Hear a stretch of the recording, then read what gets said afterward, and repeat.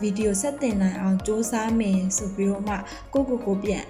ပြီးတော့ပေါ့နော်အသင်ထားတဲ့ဒီဗီဒီယိုတပုတ်လို့ပဲပြောလို့ရပါတယ်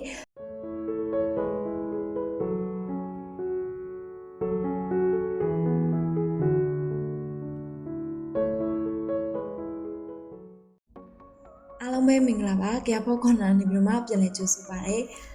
ကြဖို့နဲ့မတွေ့တာတော်တော်လေးကိုကြာသွားပြီပေါ့နော်ကြဖို့နဲ့မတွေ့တာအတိအကျပြောရမယ်ဆိုရင်3ပတ်ကြော်တလာနီးပါဖြစ်တော့မယ်ပေါ့နော်အကြောင်းရင်းကတော့အမျိုးမျိုးရှိပါတယ်ဒါကြောင့်မလို့ဒီဗီဒီယိုလေးနဲ့ပေါ့နော်အကြောင်းရင်းလေးတွေရဲ့ပျောက်သွားရတဲ့အကြောင်းရင်းလေးတွေကိုနည်းနည်းပြောပြီးတော့မှပေါ့နော်ဗီဒီယိုဆက်တင်နိုင်အောင်စူးစမ်းမယ်ဆိုပြီးတော့မှကိုပြန်ပြီးတော့ပေါ့နော်အသင်ထားတဲ့ဒီဗီဒီယိုတပုတ်လို့ပဲပြောလို့ရပါတယ်။ဘာလို့လဲဆိုရင်ဒီဗီဒီယိုမှာဆိုရင်စာအုပ်ဖတ်တယ်ပေါ့နော်ပုံမှန်ဆိုရင်အဲ့ဒါကအလုပ်သွားပြီးတော့မှအလုပ်မလုပ်ခင်မှာစာအုပ်ဖတ်လေးရှိတယ်ပေါ့နော်အဲ့လိုမျိုးလုပ်တဲ့ဟာကိုပုံမှန်ဘဝပဲဖြတ်တန်းရမယ်လို့ကိုစဉ်းစားခဲ့တဲ့အချိန်ဖြစ်တယ်ပေါ့နော်ပြီးတော့မှစမွေးဖြည့်ထားတာလေမကြသေးဘူးပြီးသွားတာလည်းမကြသေးဘူးဆိုတော့ဘလို့ဖြစ်ဗီဒီယိုတော့လုပ်နိုင်မယ်လို့ကိုစဉ်းစားပြီးတော့မှပေါ့နော်ရတဲ့အချိန်မှာဗီဒီယိုတွေကိုရိုက်ခဲ့တယ်ပေါ့နော်ပြီးတော့မှဒီဟာတွေကိုစုပြီးတော့မှတင်လို့ရတဲ့အပိုင်းတွေကိုတင်မယ်လို့စဉ်းစားပြီးပေါ့နော်ဒါကစဉ်းစားတဲ့အပိုင်းပဲရှိသေးတယ်ဖြစ်ချင်တော့ဒီဗီဒီယိုရိုက်တဲ့အချိန်မှာကျမတို့ရဲ့ဒီ boss ပေါ့နော် boss လို့ပြောလို့ရတယ်ဆရာလို့လည်းပြောလို့ရတဲ့ကိုရီးယားဆရာကနေပြီးတော့မှကိုရီးယားကနေသူ6လပြန်ပြီးတော့မှမြန်မာပြည်ကိုပြန်ရောက်လာပြီးကြတဲ့ကပေါ့နော်အလောက်ကတော့ရှောက်ရှိနေတာပေါ့နော်နားလည်းမနာရဘူးပြီးတော့အလုပ်တွေကလည်းအမှပျောက်တော့တွေဖြစ်ကုန်ပြီးတော့မှ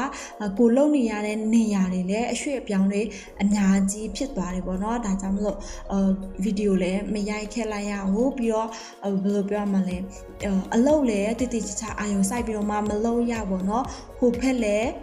ဘယ်လိုလဲ100% မပြည့်စုံသလို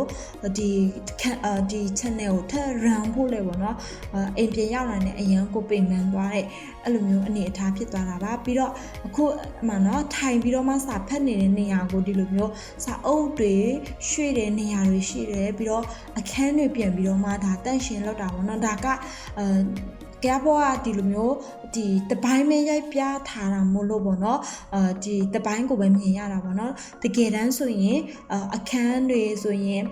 ဗီဒီယိုတွေဟိုဖက်ရွှေ့လိုက်ဒီဖက်ရွှေ့လိုက်လုပ်တယ်စာအုပ်တွေထုတ်လိုက်တုပ်လိုက်ထည့်လိုက်အဲ့လိုမျိုးလုပ်ရင်းနဲ့အဲ့လိုမျိုးလုပ်တော့လုပ်ကြတယ်ပေါ့နော်အဲ့ဒါနဲ့ဘယ်လိုပြောမလဲအမှဒါဆိုရင်တကယ်ကိုတစိတ်တပိုင်းပဲမြင်နေရတဲ့အနေအထားဖြစ်တယ်ပေါ့နော်အလုပ်လည်းလုပ်ဖို့အချိန်မရှိဘူးဒီတန့်ရှင်းရေးတွေလုပ်တယ်ပစ္စည်းချွေးတယ်အဲ့ဒါနဲ့ပဲအချိန်3ပတ်ကပေါ့နော်တကယ်အဲ့ဒီအတိုင်းပဲကုန်သွားတာပါပြီးတော့ဆရာပြန်လာကြတဲ့ကဆရာနဲ့အလုပ်ဟိုနည်းနည်းဆက်တင်တာနည်းနည်းဆက်အဲ့လိုလုပ်ရင်းနဲ့ပေါ့နော်ဘလို့မကို channel ဖက်ကိုမလဲနိုင်ခဲ့ပေါ့နော်ဒါကြရဖို့အရင်အလုပ်များပြီးတော့မှအလုပ်တွေအဲ့လိုမျိုးစုပုံသွားတဲ့ပုံစံဖြစ်သွားတယ်ပေါ့နော်ပြီးတော့ဒီကြားထဲမှာလည်းဒီလိုလုံနေရင်းကနေပြီးတော့မှpart time teacher လည်းလုပ်ဖို့အဲ့လိုမျိုးစူးစမ်းနေတယ်ပေါ့နော် volunteer တင်တဲ့ဟာတွေတော့ရှိတယ်ပေါ့နော် volunteer တင်တဲ့ဟာကတော့ဆက်တင်ပြီးတော့မှအဲ့လိုမျိုးညဖက်မှာအဲ့လိုမျိုးလုံးဝကို teaching အပိုင်းနဲ့တွားချင်တယ်ဆိုပြီးတော့မှအဲ့လိုအဖွဲလည်းတွားပြီးတော့ချိန်မိတာပေါ့နော်အဲ့လိုလုံးတဲ့အခါမှာအလုတ်ကလည်းဒီမှာဆရာပြန်လာပြီးတော့အလုတ်များတဲ့ဟာကတကြောင်ရယ်ပြီးတော့channel ဖက်ကိုမလုံနိုင်လို့ကို stress ဖြစ်နေတာတကြောင်ရယ်ပြီးတော့မှ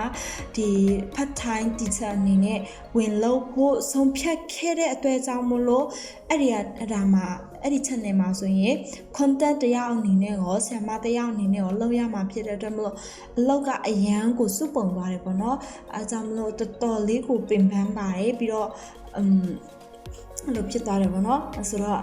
အားလုံးကိုလည်းနားလည်ပေးဖို့လည်းပြောဖို့လည်းမပြောတော့ပါဘူးပေါ့နော်နားလည်ပေးလို့လည်းရတယ်လို့မနားလည်ပေးလို့လည်းရပါတယ်ဒါကိုဘဝနဲ့ကိုပဲဆိုတော့ပေါ့နော်ဒါပေမဲ့ကြည့်တယ်မလား channel run ပြီးဆိုကြတဲ့ကဆုံးဖြတ်ချက်ချထားတဲ့အရာတစ်ခုက ပုံမှန်လေးပေါ့နော်မတင်နိုင်တော့အလွန်ဆုံးနှစ်ပတ်တစ်ပုတ်လောက်တော့အမြဲတမ်းတက်စေချင်တယ်ပေါ့နော်အခုလုံးဝမတင်နိုင်တော့ပြီးတော့အလုပ်ခရီးတွေလည်းကြားထဲမှာသွားရတယ်ပေါ့နော်အဲ့လိုမျိုးတွေဖြစ်တဲ့အတွက်ကြောင့်မို့လို့ပြီးတော့စပင်ကလည်းလေညက်လိုက်တာအရှိကအရန်တူသွားတယ်ပေါ့နော်အဲ့ဒါကြောင့်မို့လည်းမျက်နှာနဲ့ကင်မရာနဲ့ကက်လို့မရတော့အဲ့လိုမျိုးဖြစ်သွားတယ်ပေါ့နော်ဆိုဒီတလားကတကယ်ဟိုအဲ့လိုမျိုးဖြစ်သွားခဲ့တဲ့အပတ်ဖြစ်ပါတယ်နောက်တော့ပေါ့နော်အလုံးစုံနှစ်ပတ်ပဲပေါ့နော်ဒီလိုမျိုး channel မှာဗီဒီယိုမတင်တာနှစ်ပတ်ပဲပေါ့အဲ့လိုမျိုးလုပ်မယ်လို့ကိုပြန်ဆုံးဖြတ်ပြီးတော့အားတင်းထားတဲ့ vlog လေးပဲဖြစ်ပါတယ်ဆိုတော့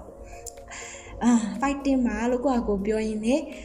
ဗီဒီယိုလေးကိုဒီမှာပဲအဆုံးသတ်ပါတယ်ဆိုတော့နောက်ဗီဒီယိုမှာပြန်တွေ့ကြပါမယ်နော်ကျေးဇူးတင်ပါတယ်ရှင့်